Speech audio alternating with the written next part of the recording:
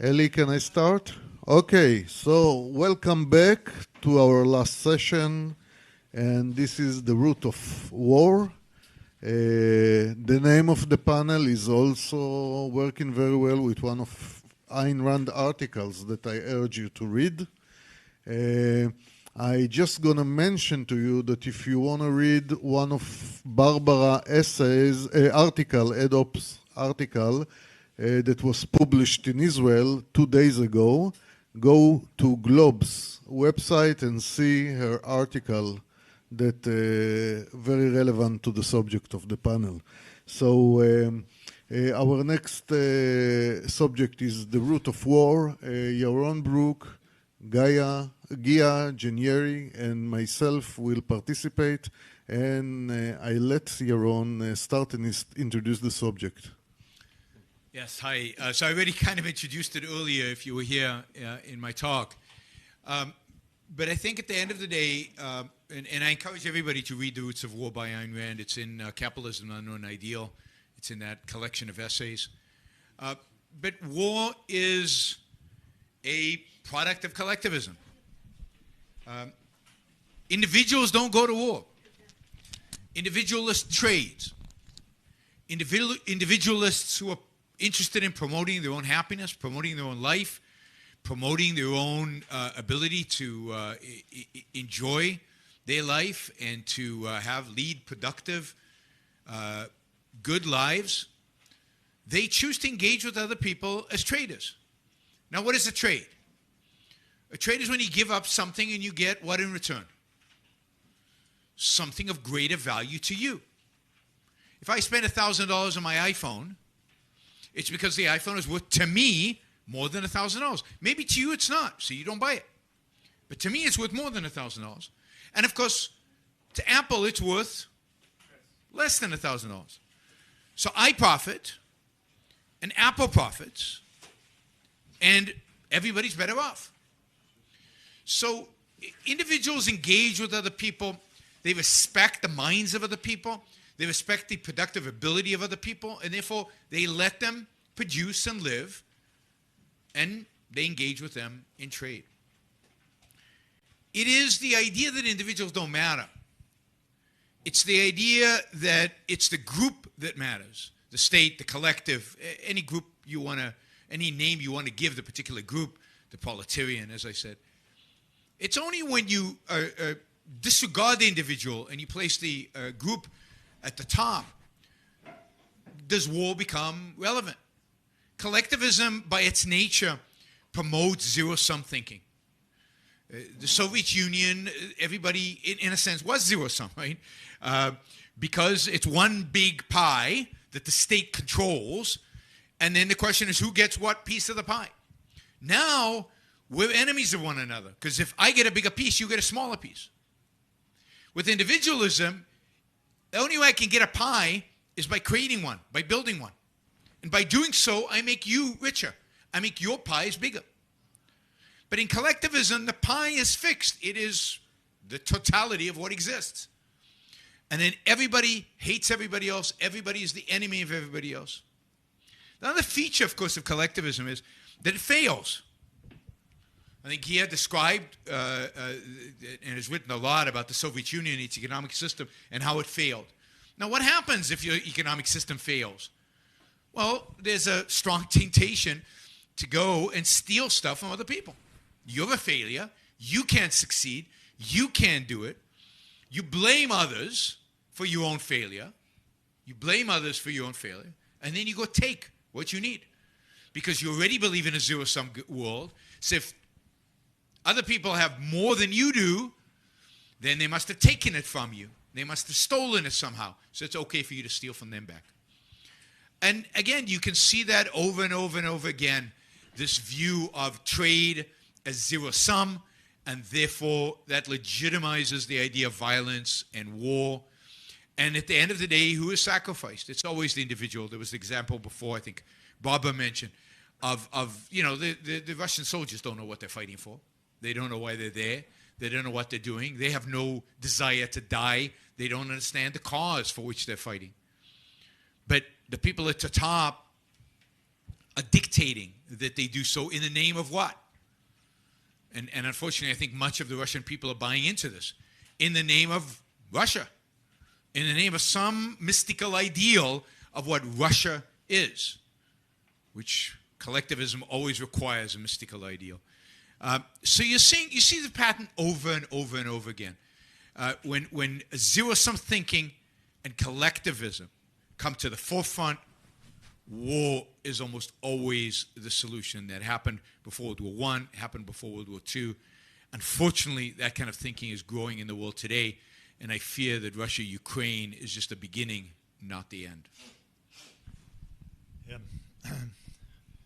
I would start with such a thing like why Russians are supporting now the war in Ukraine. Yeah, because they are watching their government TVs and they know only what the government is telling them.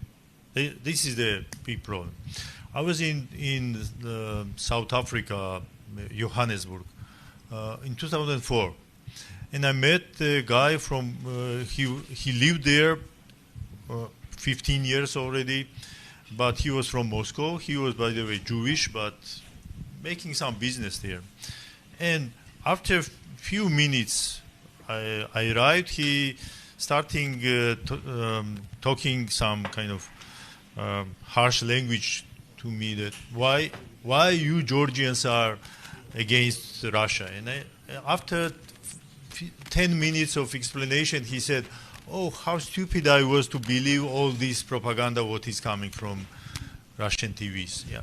And then I was in New York, and taxi driver was also Russian, or I don't know, Russian speaking, to deliver me to JFK airport, and he was attacking me, just saying that why you are Georgians fighting against Russia, and such things. And then people can really believe that Georgians and Ukrainians or Baltic or any others are against Russia or against Russians or such things. No, there is no such a thing. That we Georgians are very tolerant people, and what we want to do is just to make business, nothing else.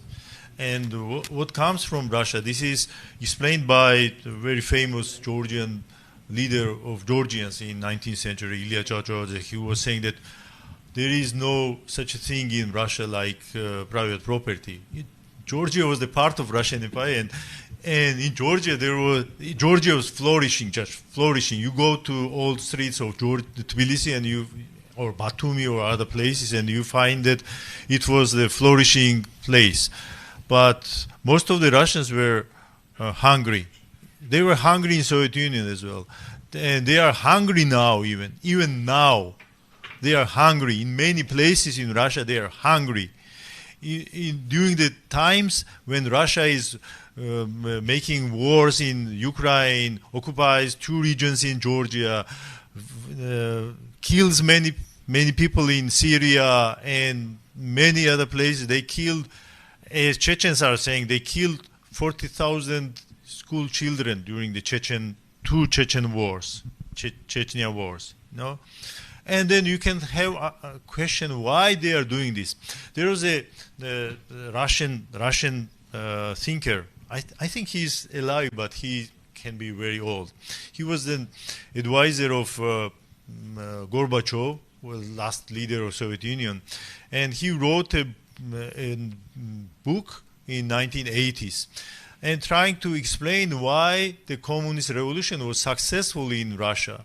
And he said that because, and I will quote what he said, because I don't want to somebody to think that I'm inventing this myself. He said, let my cow die if only the neighbor did not have 2. Can you imagine this? This is the ideology. Let's punish everybody. Let's punish bourgeoisie. Let's punish every rich man, aristocracy. That's how they won and Ayn Rand was great to explain this situation in reality.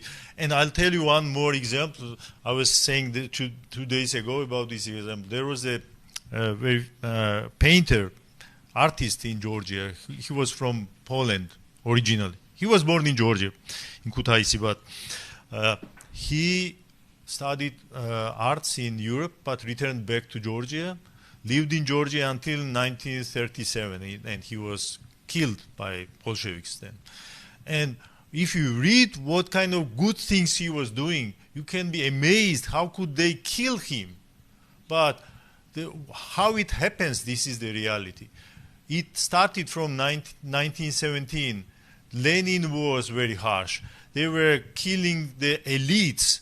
Who were the elites? These were the bourgeoisie. These were the people who were bringing to the society, who were keeping the ethical norms. And everybody were looking at them, the aristocracy and the bourgeoisie. These are the guys we need to follow. Then you kill them, you eliminate them, and what will be, who will be bring this message of ethical message? Nobody. That's what happened in 1937. There was nobody to protest against the repressions. There was nobody. Russian, Soviet leadership, they needed to kill the intelligentsia, not because that they were doing really big harm. The biggest harm was coming from the property owners and the aristocracy. They already killed them, but they thought that we don't need this intelligentsia as well. We need to have our intelligentsia who will be supporting communist regime and communist art and communist science and such kind of things. And those guys could be doing some harm to their ideology. That's why they killed them, because this was the end of repression. Some people think that repressions were in 1937, 1938. But no, repression started immediately in 1917. This is the reality. Everybody should understand this. The repression started there. And then if we come to the question of Ukraine, they killed all the elite in Ukraine. They killed approximately 50 million people in Ukraine, started Russifying them, the Ukrainians, sent millions of Russians to live there. And what happens now? Look, even Russians who live in Ukraine, they are fighting against Russia. They are staying in their homes, in Kharkov or other places, Mariupol and other places. They are mostly Russians, these guys, but they don't want to live in Russia. This is the reality, what they could not understand in Russia, that if you lived in Ukraine, you are Ukrainian not by the language, but you are Ukrainian by your behavior, by your mentality, that you are a free man. This is the reality. I'll give a short remark.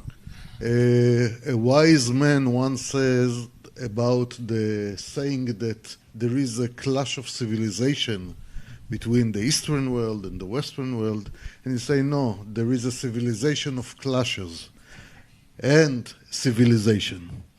And this is basically the difference between civilization who is built on the honoring of the individual and the individual spirit and flourishing, and the civilization that establish on some, I would say, idealistic concept of collectivist, and then it could be any collectivist concept of race or color or whatever, or class, yes.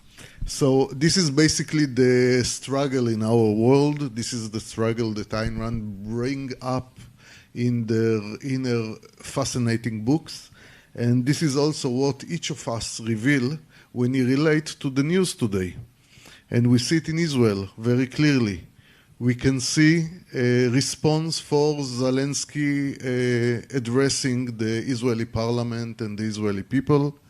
Some people are mad as hell. How dare he talk inaccurately about the Holocaust, twisting things, doing stuff that actually damaging the memory of the Holocaust. And other people say, who cares what he's saying? He's now drowning, and he's trying to say anything to get some help. And there is innocent people who are butchered and massacred. And what we're looking upon is the individuals, the people who didn't harm anybody, and realizing that there is bad and there is good, there is aggressor and there is victim, and this is important in order to remember. And when you see the response on the social media, keep in mind who is actually tilted toward collectivism and who is actually looking on human beings as individuals. And this is the basic difference. I thought that it's very symbolic coincidence that the Russians decide to inscribe the letter Z on their vehicles, and it's remind World War Z, which is stand for zombies. And basically, this is what it takes. This is what it takes from the individual to become a zombie in order to serve a regime that doesn't consider individual as worth is living. So the only way to survive is either to become a zombie or to flee. And this is basically what Ayn Rand did. She knew that what she is about to write will not allow her either to live or to survive as human being in the Soviet Union. And in order not to become a zombie and to protect her integrity as a human being of mind, spirit, and body, she had to flee to freedom and to the United States.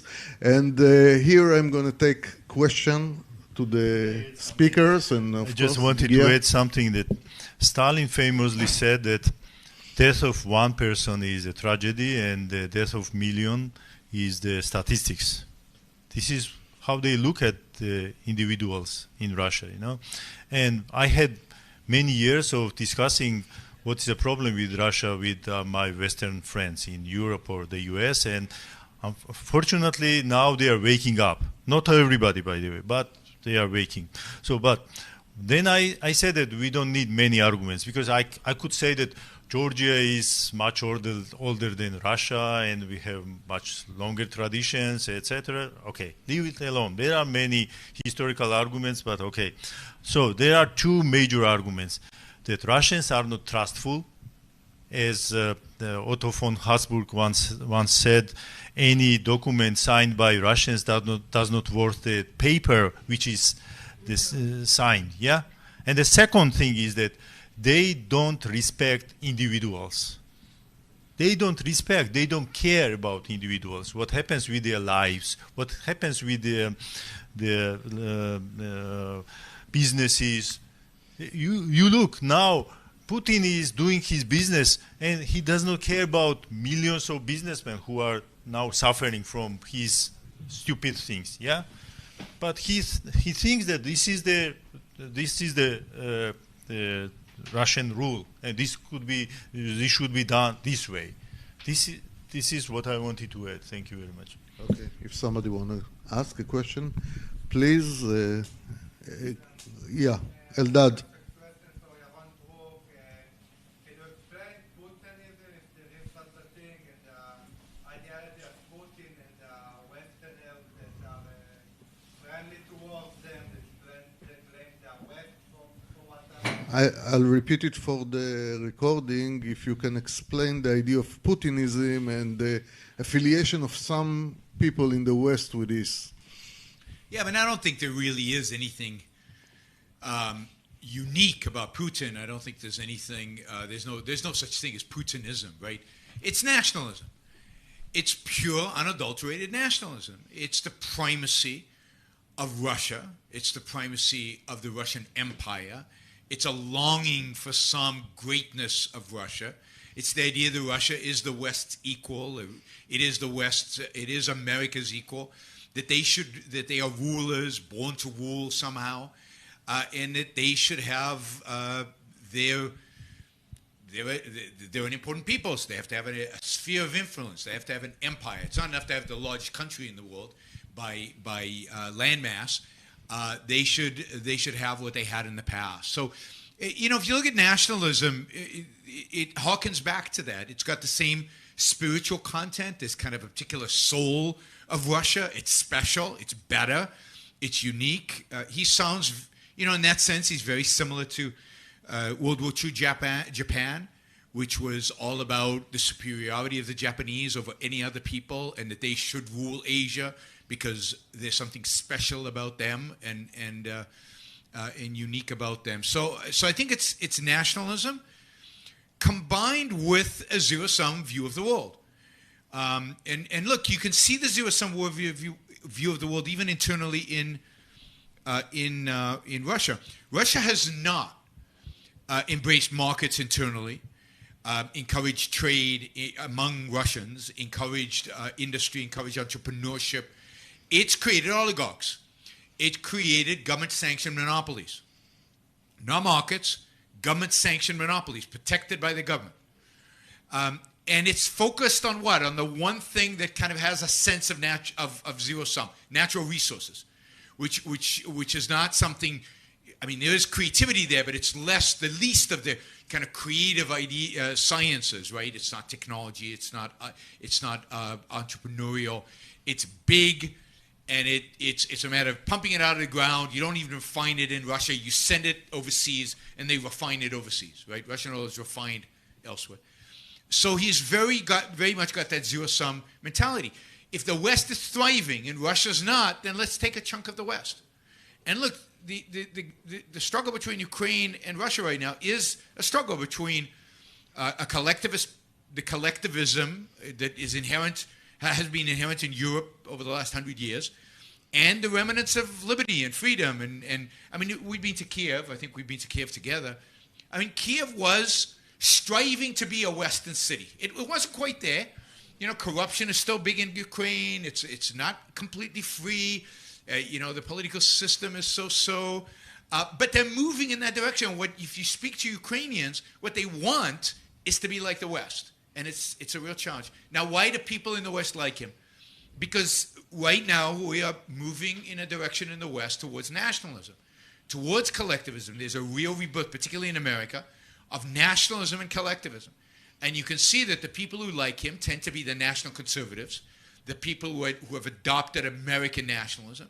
Also, they like they have a zero-sum mentality. They're anti-trade, they're anti-immigration, they're anti-anything that will dilute what they view as this precious thing that is America. But they view it in material ways, not in an added value way. And they love strength. Zero-sum people love muscles. So you see, even the emoji that they use on Twitter to describe Putin is always muscles. It's always like so it's the revival and the spreading of nationalism on the right and to some extent on the left that is encouraging, that is what is supporting Putin. That's the mentality. Yeah. I would add something more. There is practical thing with Russia also, that Putin or some other leaders maybe also, we are looking forward, and we don't know what will be after Putin, because it's not that much sure that there will be better leaders there. So the problem with Russia is such a big territory. They don't know how to manage this territory, if not with the collectivist ways, if not punishment ways, if not propaganda ways. They don't believe in the individual liberties, okay, but they don't believe in decentralization of the country. They think that if they decentralize, Russia can be dissolved very, very quickly, because some regions have oil, some regions have brilliance, some regions have different things, and they think that they will go by themselves. And of course, China is there hiding to grab something from Russia. That's what makes them afraid of everything, being afraid of everything. Instead of thinking that liberalize, and in liberal world, in the more democratic system, people will be happy to live in Russia, not to go away, but to stay there. Then this makes politicians think that if we need such politics, that telling them that everybody are our enemies, we are the best in the world, and then they think that this is the long run chance to keep in the power. What Putin thinks is that Russians anyway think collectively. They don't care about individuals. And if I tell them that we will be fighting everybody, we will throwing the nuclear bombs, they will be happy that we will punish everybody because they are against us. And he thinks that Russians are happy with this kind of thing, that we can destroy everybody if they don't obey. But we are not happy if Russia is dissolving. This is what they have in their mind. And who is afraid of dissolving of their country because that you give the individuals and more powers and local governments more powers, etc. Nobody dissolved for this reason. I don't know any country, even Switzerland, which is maybe most decentralized country, has no idea. Nobody in Switzerland talks about why not to dissolve Switzerland or other countries, or US, for instance. There is nobody talking about this. But in Russia, they are simply afraid that their country will be dissolved, and Putin is using this. Let's see if there is any other question. Yes, please. Yes, I have a question for Yaron. What do you think is the reason for the rise of nostalgia for the USSR? The reason for the rise of the nostalgia for the USSR. What is the roots of it? I think the roots of it are, disillusionment with the mixed economy. So we live in a world which is not individualistic and not collectivistic. It's a world that is trying to straddle both. That's trying somehow to engage with both. You've got to mix a little bit of freedom and a lot of control. Regulations, taxes, all kinds of controls. And what you get as a consequence is I think, a population that kind of likes freedom, but is not convinced of it. There's no philosophical foundation for it. There's no moral foundation for it. They don't quite understand it. They experience these big recessions like 2008. I think 2008 will turn out to be historically a very, very significant event. Because I think it convinced a lot of people, I think falsely, but it convinced a lot of people that capitalism is unstable and bad things happen, and maybe we need to look back for stability. And if capitalism is unstable, what is stable? And maybe the Soviet Union was, particularly I think in Eastern Europe, older people. And I don't think young people are really longing for the Soviet Union to the extent that they're socialists or communists. They want something, they imagine something better. They don't long for that. But they really do, they want to combine the philosophical foundations of collectivism, which almost everybody believes in. Like there's nobody who has a slight, small percentage of the population philosophically believes in individualism. Almost everybody's a collectivist. But they like their freedoms, right? They like the mixed economy and they like to do stuff. But they don't like the ups and downs. They don't like the volatility. And they think, maybe I should be more consistent with these foundations. Now, I don't know how much this USSR nostalgia is real or how big it is. I think it's a fad for many people, but there is definitely a rise in various forms of collectivism and a backlash against capitalism. The anti-capitalist movement in the United States has grown dramatically over the last 10 years. I've never seen America be so anti-capitalist as it is right now. Yeah. And there was also something like this that I can talk about why Soviet Union was bad for 1 week, but okay, leave this alone. The problem is that nobody destroyed Soviet arguments. This is the reality.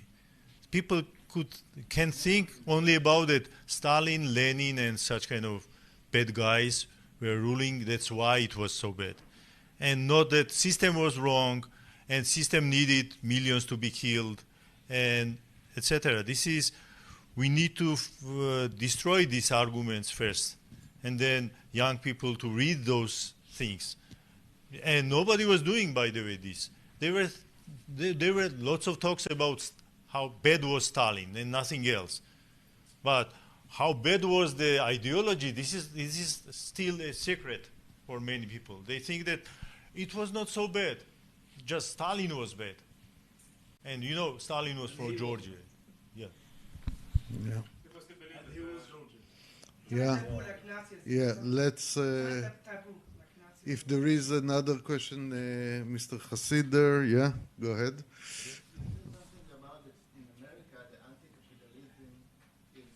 We'll finish soon. We'll finish soon. 5 minutes.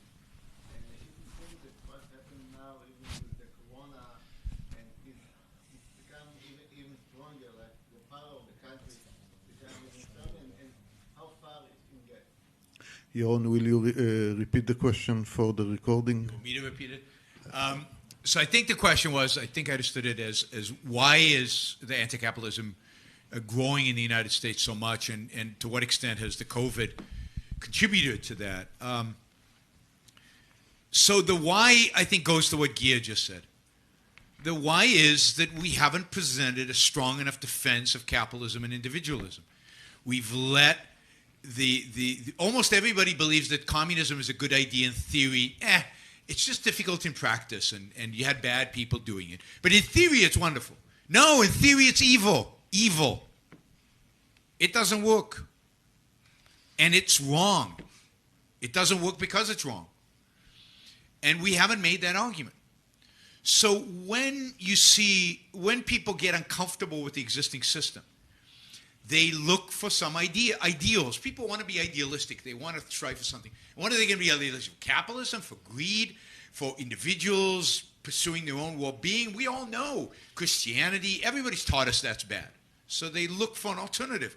And I think the collectivism, and in America the collectivism comes in two forms. It comes in a left-wing form, which is socialism, and it comes in a right-wing form, which is nationalism and religionism, right? The centrality of religion.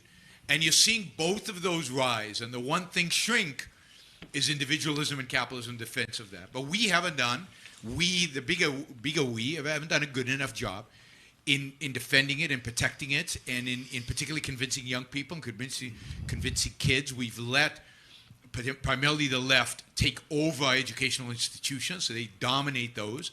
And then what the right does is it looks at what the left's doing, and they say, well, we know that's evil, so we're going to look for another form of collectivism that attacks what the left does. So they come up with their own, and now you've got two evils that you try to fight, and it becomes more difficult. And here, if I can give a plug to something I've been saying for the last 6 years, but everybody hates me for it, here Donald Trump played a crucial role in destroying the right in America and in making the right more collectivist.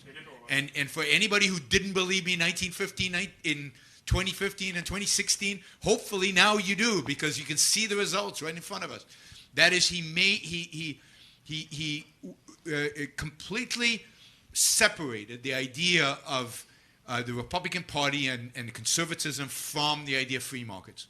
And he latched onto the idea of republicanism as associated with collectivism and nationalism and statism and central planning and all those. But the thing that unified him, thing that we should all get excited about, is we hate the left, right?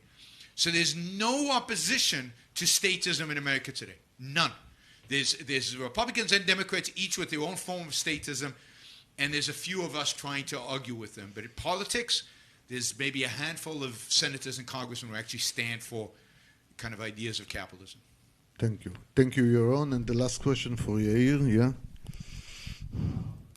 Well, a question for probably all three of you. What would you say is the most, well, Ayn Rand obviously had many misunderstood ideas. What would you say is the most main misunderstood idea about Ayn Rand that we, as her readers and followers, can explain better to the masses in a way that maybe they will see her in a better light, a different perspective? I mean, I think the most misunderstood of her ideas, and the ones that our enemies use most effectively against her, is the idea of self-interest. It's the idea of what self-interest actually means. And they associate selfishness, which she put on the title of a book, right, to kind of jab at them, But they associate selfishness with not caring about other people, exploiting other people, being mean and nasty and horrible, and being Bernie Madoff, right? Being a lying, cheating, stealing SOB.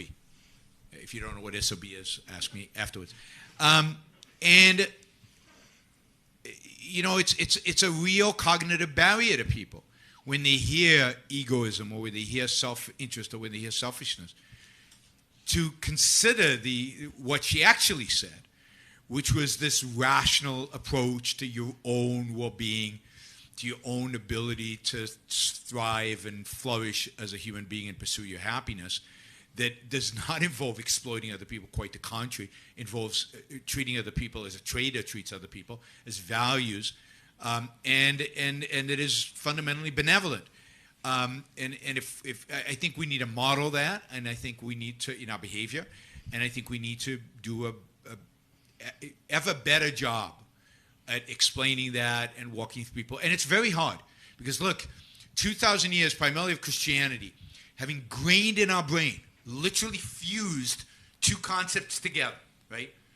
Morality and altruism. Altruism means placing the well-being of other people above yourself, not being nice to people, placing their well-being above yourself. Those two ideas. So altruism is morality. So when you say morality to somebody, they think altruism. It's why it's so hard to communicate with people.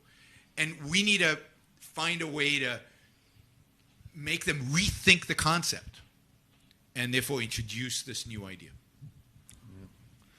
Okay, thank you very much. We'll close the session here. Yeah. And I first of all, I want to thank everybody that came over. And you should clap yourself, gentlemen. 2.5 hours in an evening in Tel Aviv when there is so many other things to do. It's very special and appreciated.